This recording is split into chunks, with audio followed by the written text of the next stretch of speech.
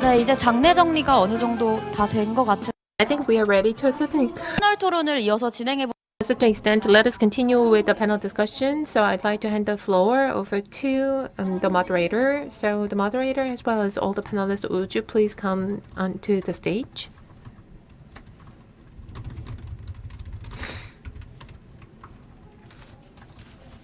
네, 안녕하세요. 한국해양수산개발. Good afternoon. I'm Ma Chang-mo of KMI. So with the presence of the three speakers, we will have a panel discussion. I'd like to ask all the speakers and the panelists to come onto the stage to join us for this panel discussion.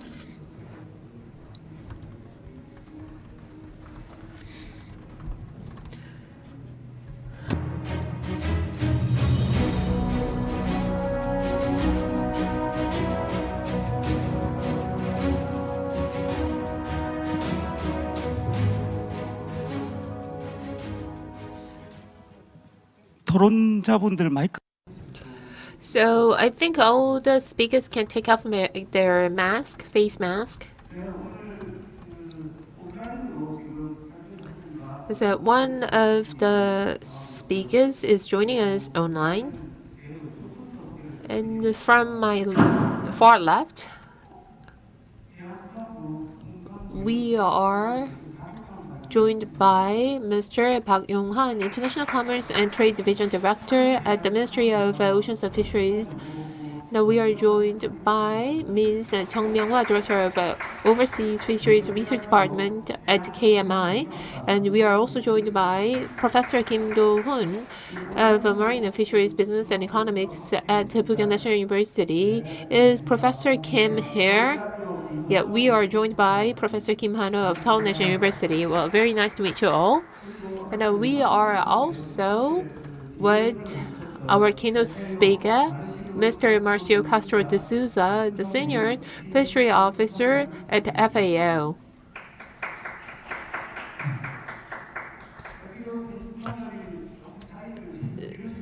So I would like to start with Mr. de Souza. So if you couldn't really have time to discuss, maybe you can introduce yourself and also add some comments that you couldn't do that in your presentation due to the time constraints. So Mr. Marcus, so can you please comment first? Yeah, thank you very much again. And I think it was, as you mentioned in the beginning, at the end of the presentations, I think it was a very perfect match, the three presentations that we had. And I just would like to highlight one major aspect that was present in all presentations, is that how sustainability, including the new WTO fisheries subsidies agreement, the new market requirements, the new trade agreement requirements, how sustainability is indeed framing the sector as in a very positive way towards continue to reach markets, but also keeping and open new opportunities. So I think this message that sustainability and all the issue about the blue economy, how that is going to shape our future in terms of being sustainable is not something that is considered any longer a plus, but it became like a basic core requirement for the sector in order to keep and conquer new markets. So I think that was a very strong message that was present in all presentations and creates this continuity of flow in terms of the information that we face here today. So I think that was, I just would like to stress that, the importance of sustainability in framing the market. So thank you again. 예, 마르시오 카스트로스 주셨습니다. Well, so he emphasized the importance of sustainability once again. Thank you very much. And if you have any questions, then please post your comment. This is the message for the online participants. Then we will address those questions. Now I'd like to turn to Professor Kim Han-ho of Seoul National University with regard to the international norms. I know, well, you are well versed in the agricultural practices when it comes to the norms. So would you please share your advice with us?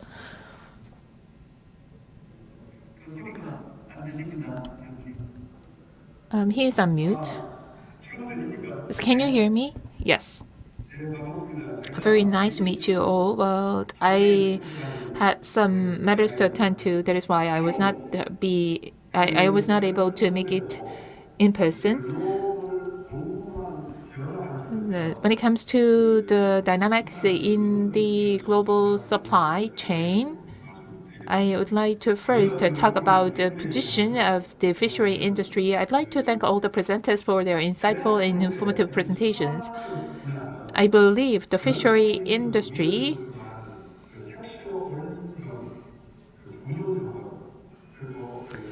has been dependent on natural resources up until this point.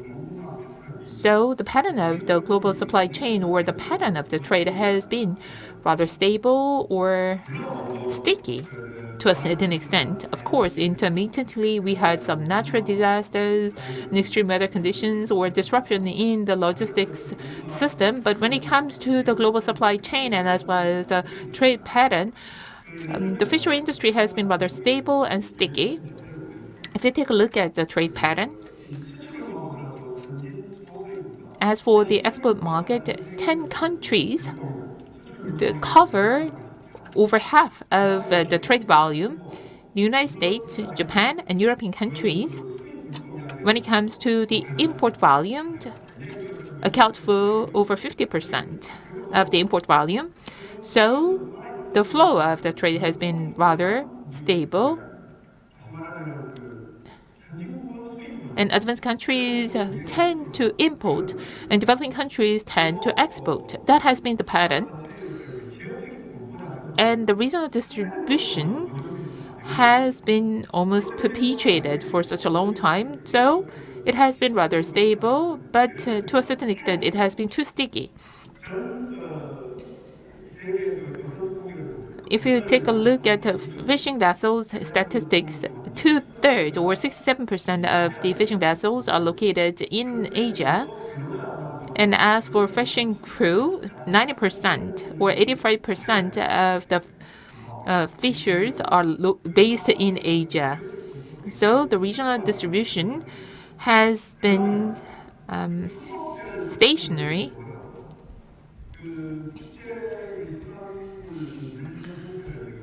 And as for the seafood manufacturing, the focus has been on the processing, refrigeration,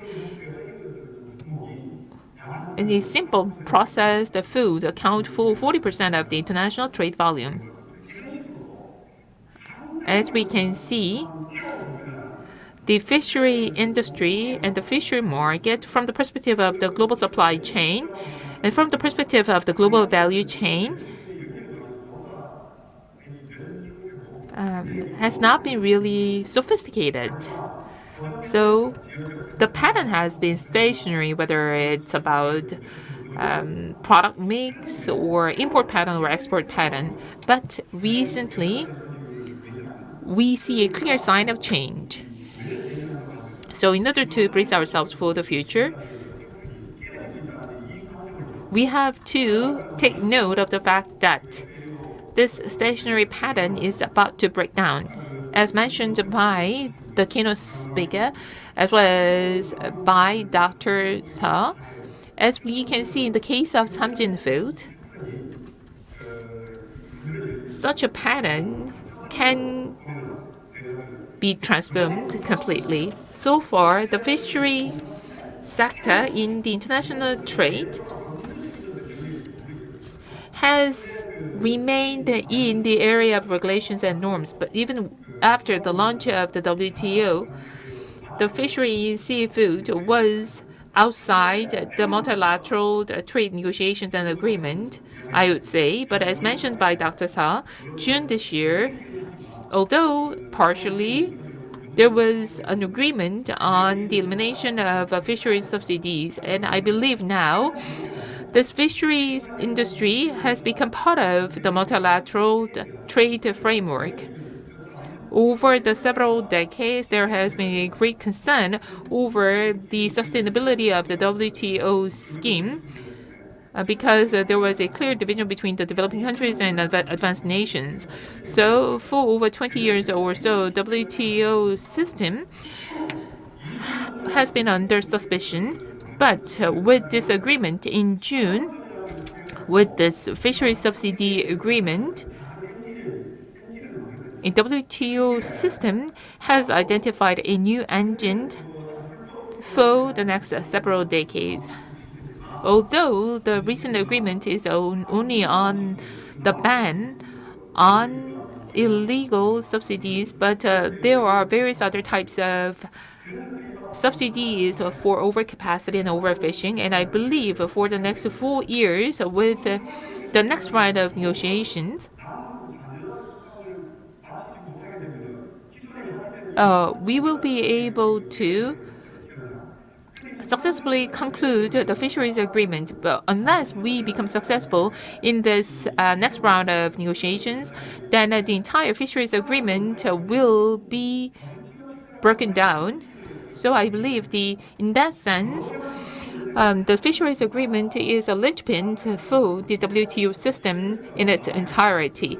If one small part and components does not work, then the entire system might collapse. This goes true for the fisheries agreement as well. So I believe for the next few years, all the relevant countries would make a dedicated effort in order to conclude successfully the remaining part of the fisheries agreement. And this will have a certain impact on the global supply chain. And if you take a look at the agricultural industry, back in 1995, Uruguay round was concluded with the launch of the WTO system. And over the years, the agricultural supply chain has undergone significant changes and transformation. With the launch of the WTO system, the agricultural exporters have witnessed their role shifted more toward the producers and exporters.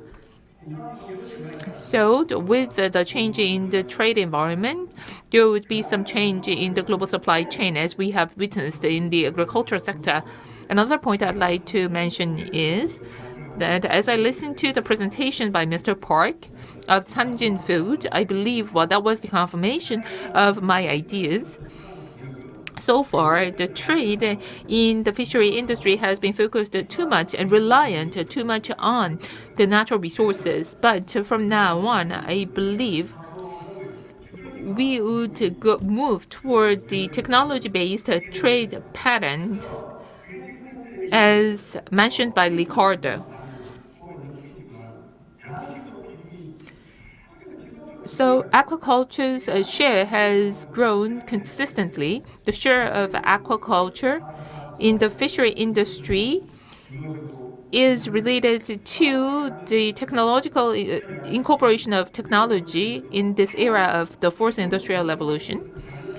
So this is not something completely dependent on natural resources or inherent resources. This is the testament to the transition toward the fourth industrial revolution as well as the digital transformation.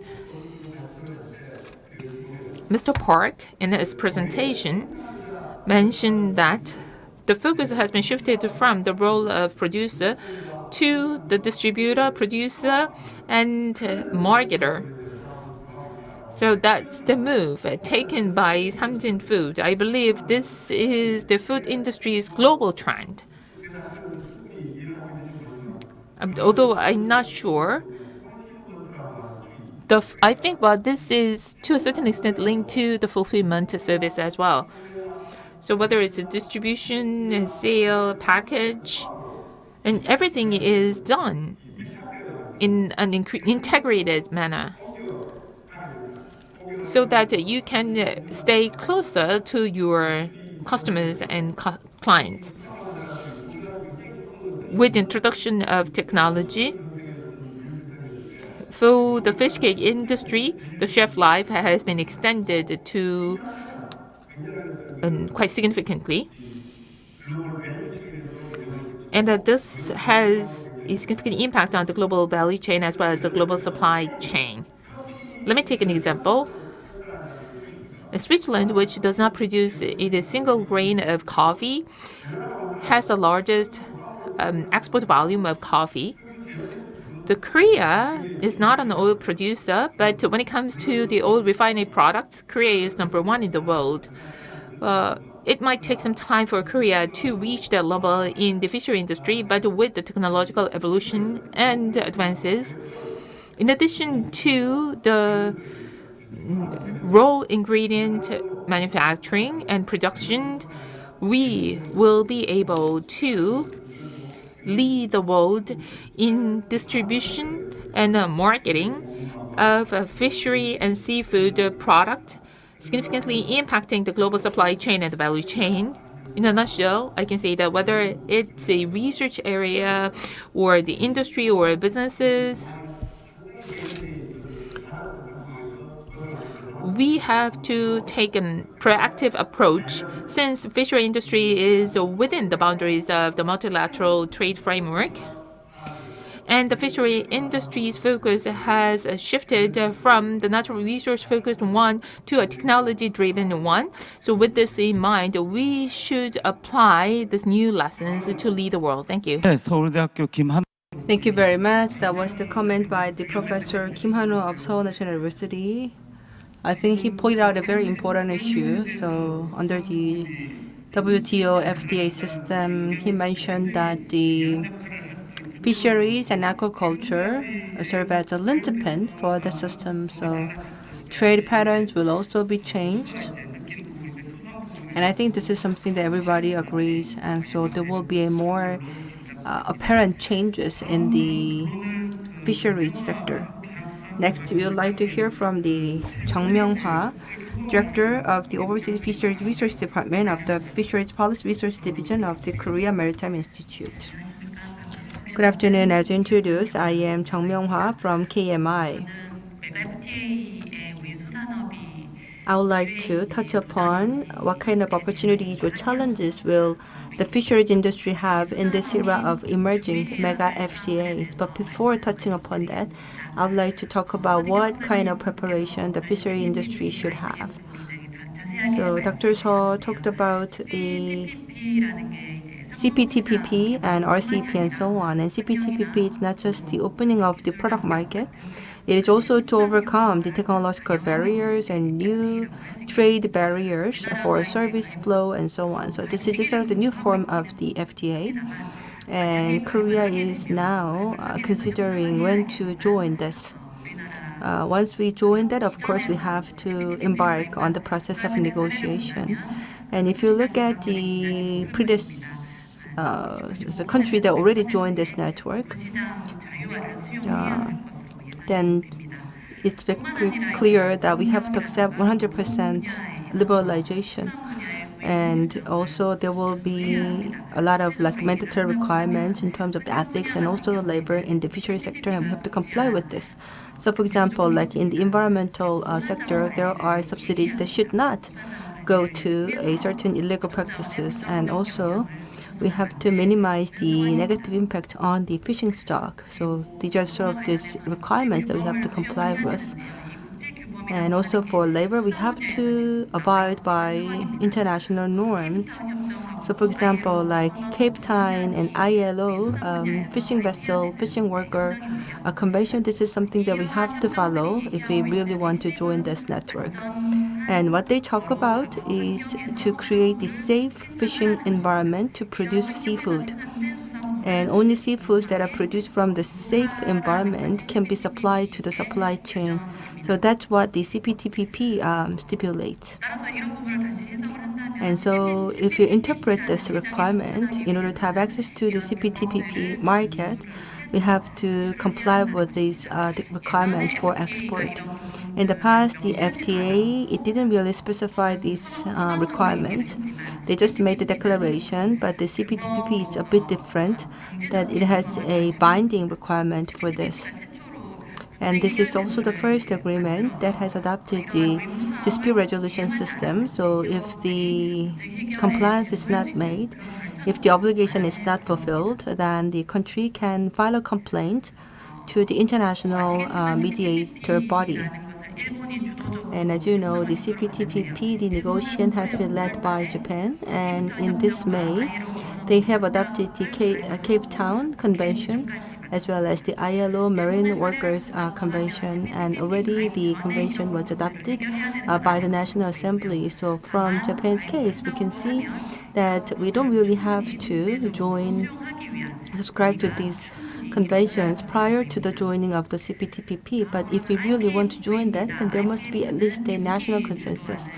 Next is the RCEP, IPF, and this is a US-based security community, so it's like the NAFTA of the US. And I believe that the similar requirements will be applied. So as mentioned by Seo-Jin-kyo, if you look at the USMCA, it has the requirements for the environment and labor. So if these requirements are applied, then this will of course have impact on the fisheries industries. So put it more simply, for Korea's seafood industry, when facing this emerging mega FTA trend and flow, so in order to take the best advantage of these markets and opportunities, I believe that we have to understand these international agreements and we have to prepare to comply with them. So fisheries and agriculture industry, they suffer from high oil price, demographic aging, as well as the declination of the workers. And now you may feel that it's just too much burden, that we have to again comply with another set of the international requirements and regulations. But still, I think we have to build a consensus on this so that a lot of stakeholders could be on the same page, accepting that and complying with that. And with that, thank you very much. Thank you, Director Jung Myung-Hwa, for your comment. Recently, with regard to international norms, there have been many discussions, and including companies based in Busan, and those who are in this industry do not seem to have any clear understanding as to that.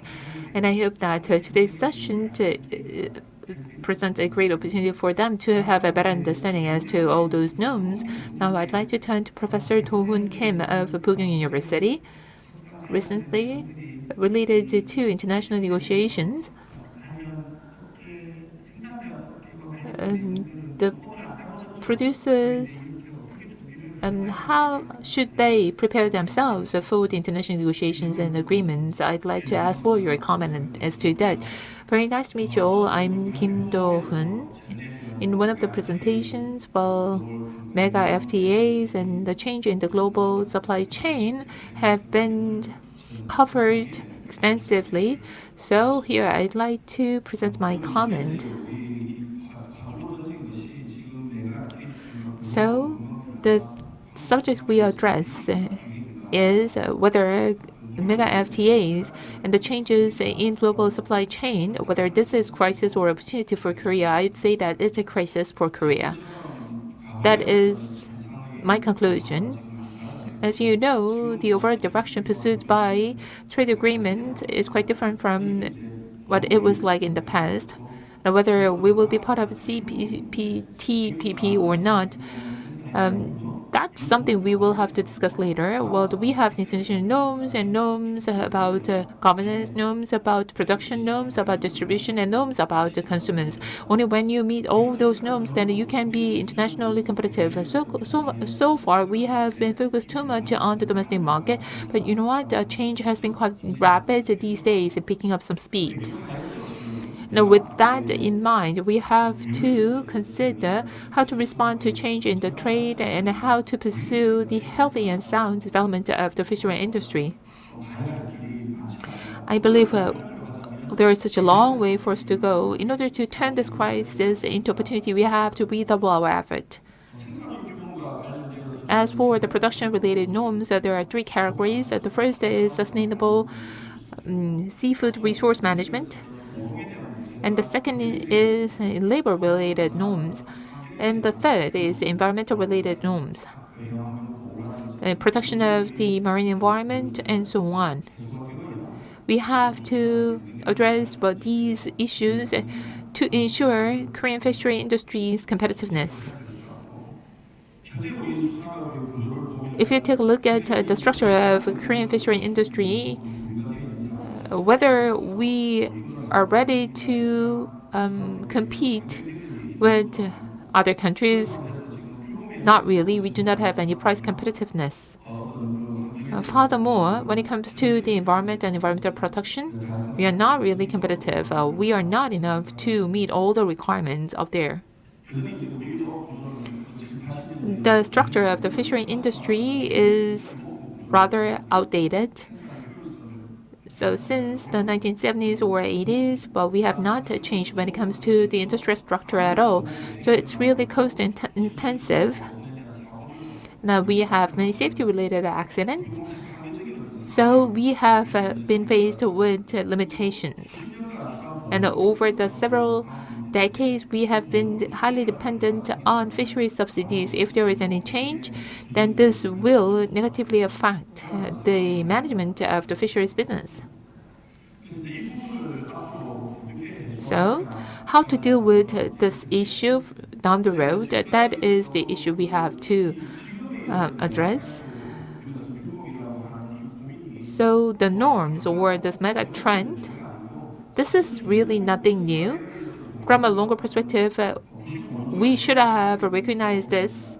For example, responsible fishery practices and the norms. So from the mid-1990s, what would be coming was so evident. And some countries which have actively responded have been way ahead of us, and those countries who have not prepared themselves for this have to struggle to a certain extent. CPTPP, if we become part of it,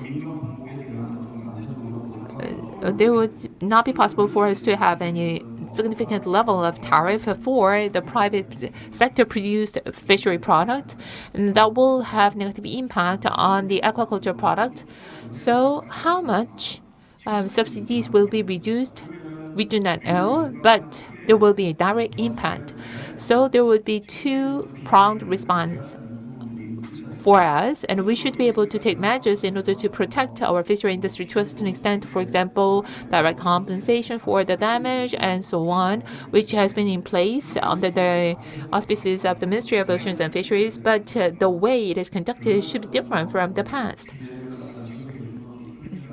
The level of compensation for damages should highlight the protection aspect for the fishing community. And as for a longer term direction, we should pursue innovation in the fishery industry.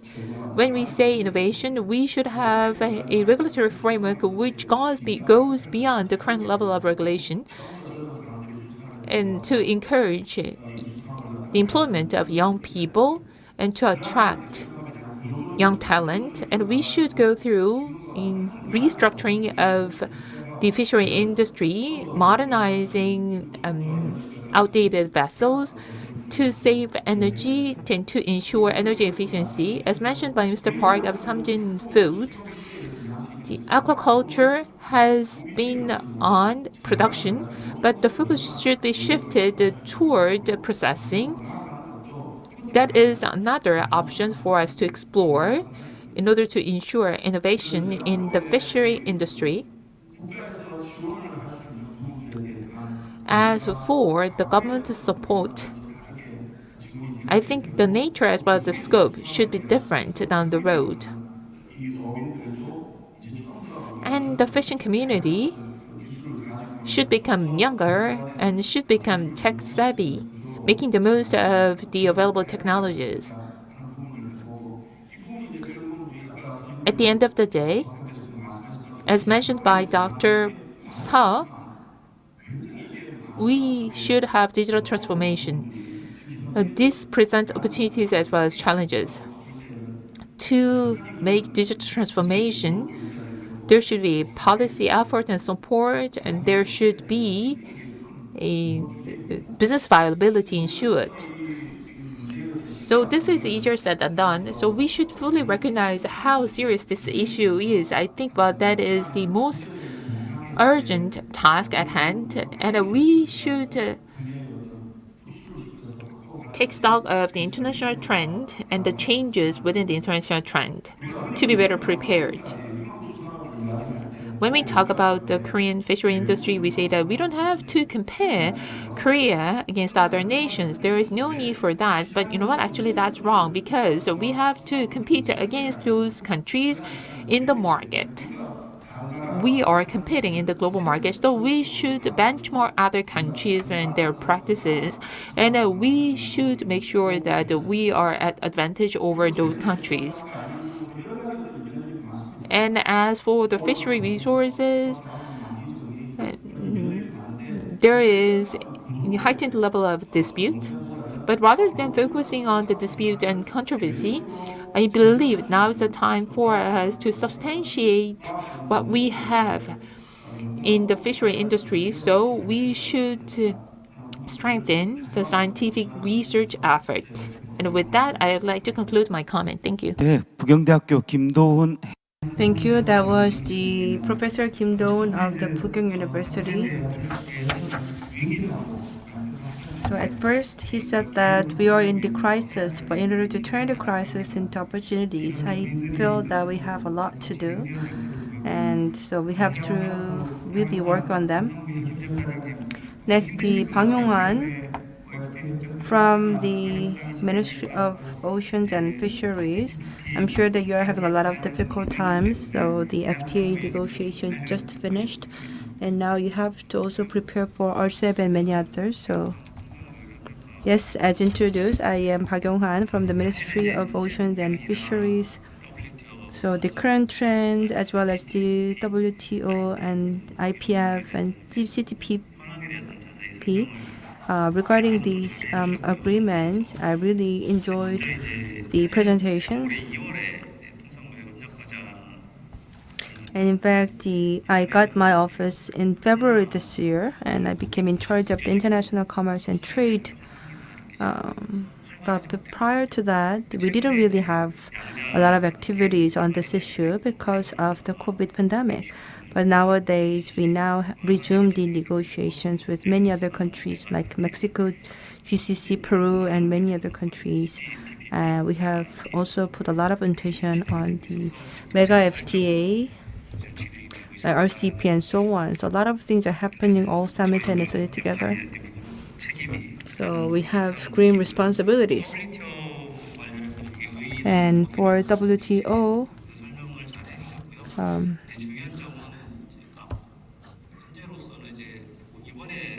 so I think what's important is that recently what's prohibited this time is to prevent the overfishing and also the illegal practice. And I think what's important is to finalize the final agreement. So I think for the pelagic shipping subsidy and subsidy for the overfishing capacity, so I think that these clauses should also be adopted. And also regarding the CTPP,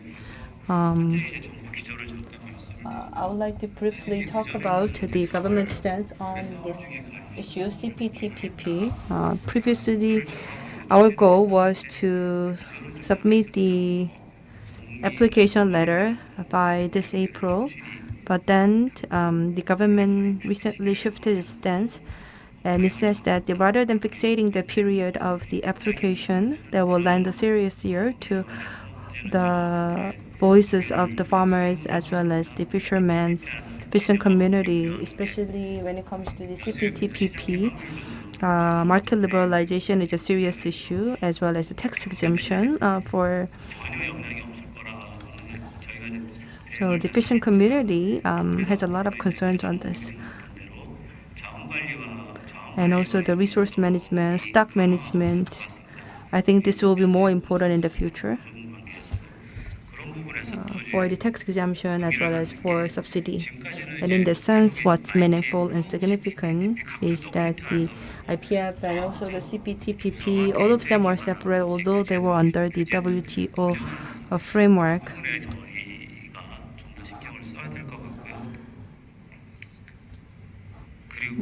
But so I think we have to work on this further.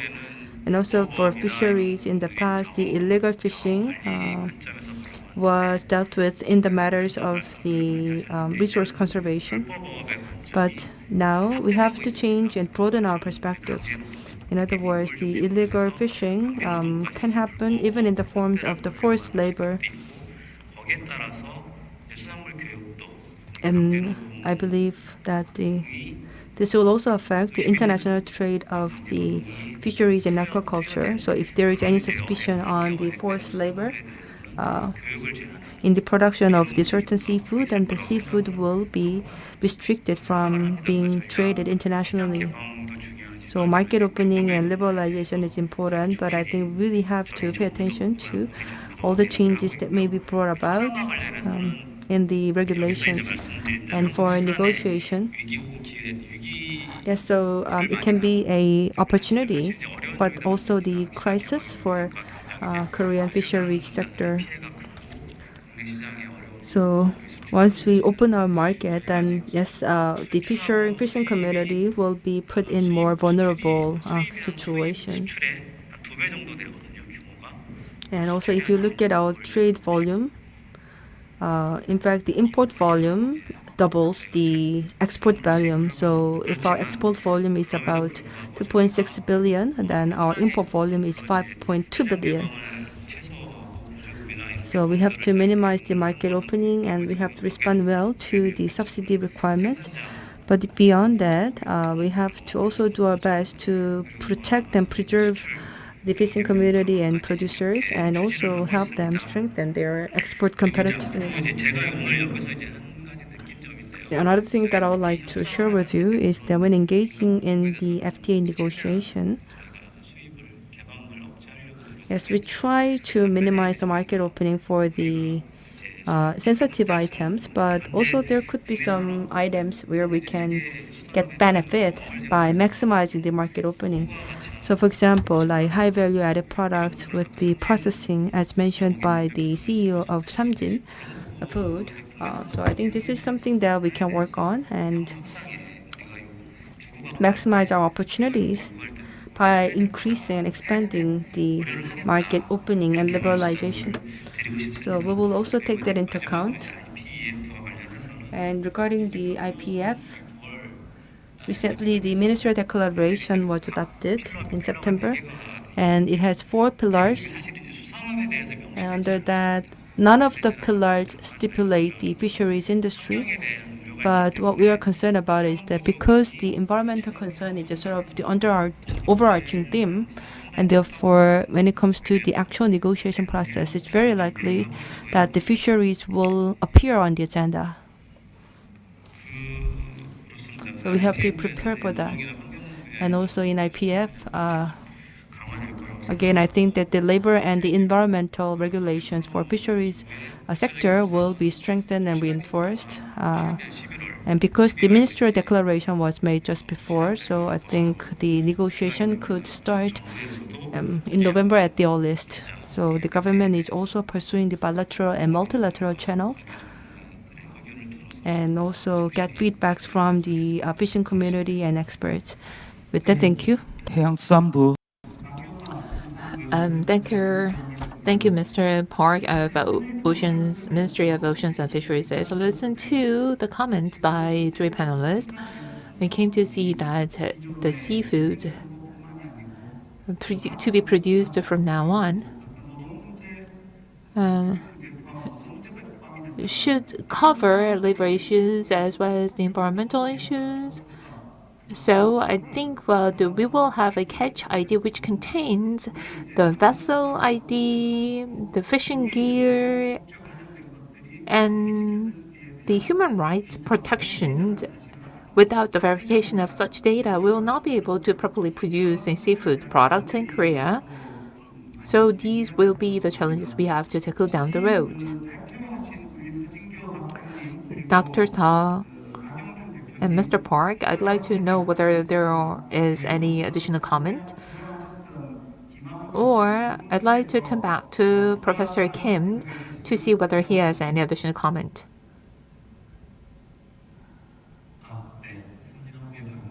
I'm Park Yong-jun. 교수님 From Samjin Food. So as mentioned by Professor, the trend for the future of the processing industry, so they will be shifted and more value-added products will be on the spotlight, and I completely agree with this. So rather than trying to export the feed and raw materials, we have to expand our supply for the high value-added products. However, I feel that we also have a lot of limitation, although we try hard. So with the good substances, with the good processing technology, with good sales channels, we can establish the good brand, and only then we'll be able to see the high value-added products. So regarding the support for the high value-added products, as well as regarding all the endeavors of the enterprises, their efforts, I think, tend to be limited only to processing technology.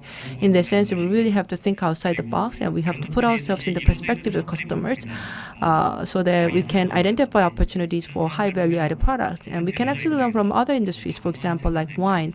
So from producers and wineries' perspective, as well as from market perspective, we can create a very good culture.